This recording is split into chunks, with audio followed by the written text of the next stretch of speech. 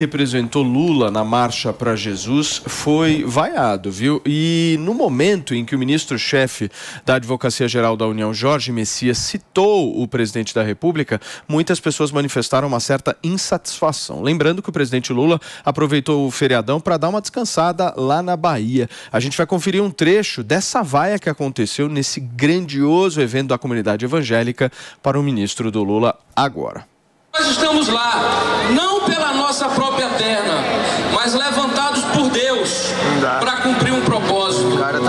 Eu vim aqui dizer para vocês que o nosso povo quer paz e que nós vamos trabalhar pela paz. Esse é o recado que o presidente pediu que eu trouxesse aqui para vocês. E que tenham, e que a paz de Cristo, meus irmãos, que a paz de Cristo seja com cada um de vocês. Tá aí, gente. Tá aí o enviado de Luiz Inácio Lula da Silva sendo vaiado por evangélicos. Agora, Antônia, por que você acha, e assim, como é que o governo Lula vai conseguir entrar em dois públicos que eu acho que ele tem imensa dificuldade? Os evangélicos e o agronegócio. O que o Lula vai fazer para tentar dialogar com esse público que naturalmente não aprova o governo dele? Ele não vai entrar. Não vai entrar, ele vai chegar no final do mandato dele com a rejeição desse público aí, tchau e benção. E o Lula não está preocupado. Quando é que vocês vão entender que o Lula não está preocupado em entrar em lugar nenhum?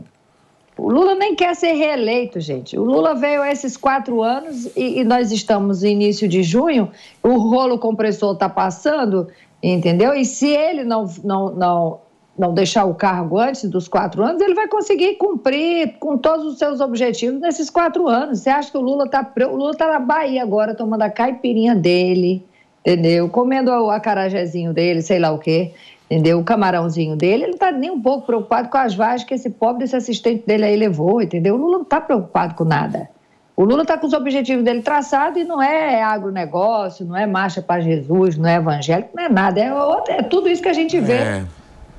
E assistindo o comentário do Antônio agora ao vivo. Claro, e eu acho importante que tem uma campanha para o Lula para ele atingir os dois públicos, tanto o agro quanto o evangélico. Ele pode vir orando em cima de um boi, porque eu acho que pode ser uma boa saída, talvez, para ele poder. Em cima de um boi, eu acho que ele poderia sair orando em cima de um boi, monta em cima de um boi e sai orando, porque daí, de repente, quem sabe, ele pode representar um pouco tanto o agronegócio quanto os evangélicos. Agora, Pavanato, você gosta dessa rejeição do Lula nesses dois públicos, eu gosto, né? Bastante. Se eu te conheço... Eu gosto principalmente, aqui eu tenho lugar de fala quando se trata de evangélico. Até porque você é evangélico, né? Ai, que susto. Eu achei que você era um agroboy. Não, e ele é um agroboy também, na verdade. Você é um agroboy, né? Agroboy? Não sei. Mas evangélico eu sou, e o que eu tenho a dizer é o seguinte. O público evangélico tem uma rejeição ao Lula, e ela não é uma rejeição apenas formal, não é uma rejeição porque o Lula não dá atenção, não tenta diálogo, não. É uma rejeição ideológica. Não adianta, muito se falou até mesmo em um Lula dar facilidades financeiras para as igrejas. Não é isso que vai mudar a opinião do grande público evangélico. O grande público evangélico, ele rejeita, por exemplo, o aborto. É uma questão que para o público evangélico é cara. O grande público evangélico, ele é um público que quer a sua liberdade religiosa garantida. E quando você tem o governo aliado a pessoas que têm pautas diametralmente opostas àquelas que o público evangélico acredita, é óbvio que vai haver uma rejeição. É óbvio também que vai haver uma desconfiança contra esse governo quando você tem o governo aliado e tendo certa proximidade com regimes ditatoriais que perseguem religiosos. É óbvio que vai haver uma desconfiança. Então é natural que o público evangélico tenha essa rejeição. O Lula não foi no evento porque ele já sabia disso. Se vaiaram o ministro apenas por citar o nome do Lula, imagina se ele estivesse no evento. Não tem coragem para estar lá. E o ministro sequer citou o nome do Lula, né? Ele falou o presidente. O presidente. Ele nem falou não teve a coragem de citar o nome. Eu estava lá, eu vi a vaia. Acho até que a vaia foi pouca. Você porque, foi, fui sim. Ontem. E as pessoas estavam muito assim, satisfeitas com a presença dele. Também estava lá, se eu não me engano, a deputada Benedita da Silva. Sim. E outras figuras ali da esquerda. Não, mas o Lula não escalou o ministro mais famoso. Repararam nisso? Sim. Porque esse ministro é um ministro que não aparece muito. As pessoas não conhecem. Exatamente, para camuflar um pouco. Dino nessa situação aí. Ele escolheu os evangélicos, né? A Benedita também é evangélica. O Flávio Dino. Podia ter levado o Flávio Dino como até conversamos aqui. Como a Antonella disse, viu? Nós já até conversamos aqui. Sabe qual seria uma postura digna e que faria, no mínimo, amenizar a imagem do Lula perante o público evangélico? Seria ele ter a coragem de ir no evento, mesmo sabendo que ia ser vaiado, e dar um discurso defendendo a liberdade religiosa daqueles que estão lá. Defendendo o direito deles de acreditar, o direito de nós evangélicos de acreditarmos nos princípios e de defendermos os nossos princípios livremente. Ele poderia ter feito isso, mas não tem coragem, porque não é um estadista, é um populista. Para manter a imagem dele pura, a imagem elevada que ele tenta manter em torno de si, ele não pode ser vaiado. Ele não pode ter a sua reputação arranhada. Quem foi o Tarcísio, mano. O Tarcísio estava lá. Estava lá. Pois é, o que mostra um pouco o contraste das figuras, né? O Tarcísio não é exatamente um religioso, né? Ele não aparece muito na igreja, etc. A imagem do Tarcísio é muito mais de um técnico. Ele é evangélico? Eu não sei. Você sabe se o Tarcísio é evangélico? Eu acho que é católico. Ah, ele é católico. Eu achei que ele fosse evangélico. Eu acho que ele é católico. Mas ele simboliza bem a coisa do cristão. Sim, tem um bom relacionamento, até porque as pautas são as mesmas, né? Agora, falando ainda sobre o Lula, eu acho que a gente precisa pensar um pouco mais sobre isso, porque o Lula é uma figura camaleônica. Então, ele consegue, com diferentes públicos, ao longo da trajetória dele, conseguiu projetar imagens ligeiramente diferentes. Então, o Lula consegue falar com uma parcela de um eleitorado que é conservador nos seus valores a partir de uma identificação. O Lula não é exatamente um progressista que encampa valores de diversidade. O Lula não cativou o eleitorado por valores. Aliás, mentira, cativou por valores, mas valores por muitas vezes financeiros. Mas não apenas, porque tem uma parcela do eleitorado.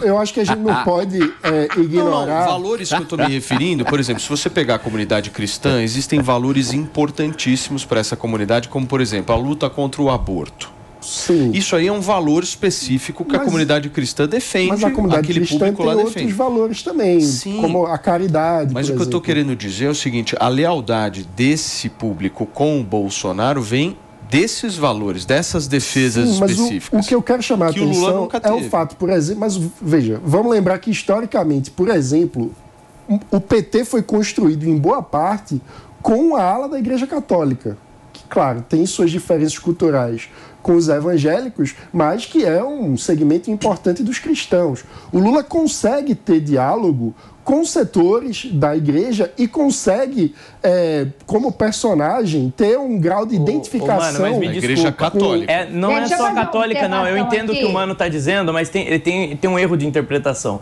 Porque o setor que o Lula e a esquerda se comunicam com a igreja é um setor minoritário que entrou dentro das igrejas, que por parte de muitos católicos é até mesmo herético, que é um setor da teologia da libertação, por exemplo, que é uma teologia que olha para os textos bíblicos e olha para a tradição, não para ver o que a Bíblia tem a dizer, não, mas a partir de uma perspectiva ideológica. Então é a ideologia tomando conta da igreja.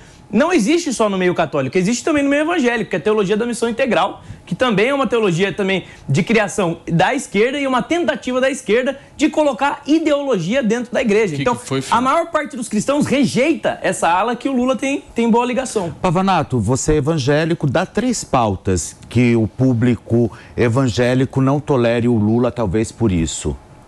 Aborto, a principal de todas, acredito eu. Mas o Lula nunca encampou o aborto como uma grande bandeira do governo. Primeira pauta, uma das primeiras pautas do governo, uma das primeiras pautas do governo é uma pauta que facilitou o aborto, que foi a inexigibilidade em caso de estupro da apresentação, por exemplo, do material genético e da denúncia à polícia.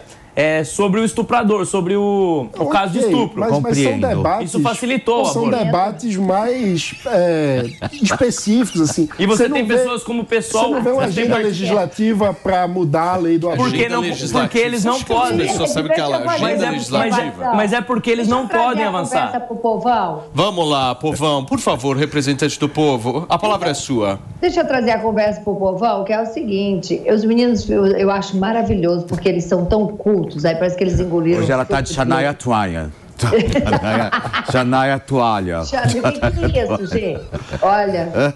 Não, deixa eu contar. Eu fico imaginando que se o Fábio Van Garden, de fato, fosse o cara da comunicação ou o cara do marketing e o Bolsonaro quisesse bagunçar esse coreto no bom sentido, era só o Bolsonaro parar de ficar chupando picolé na praia e ir para a marcha para Jesus. O Lula não ia dormir esse fim de semana. Mas o povo não pensa. Por que Bolsonaro não estava nessa marcha para Jesus, gente?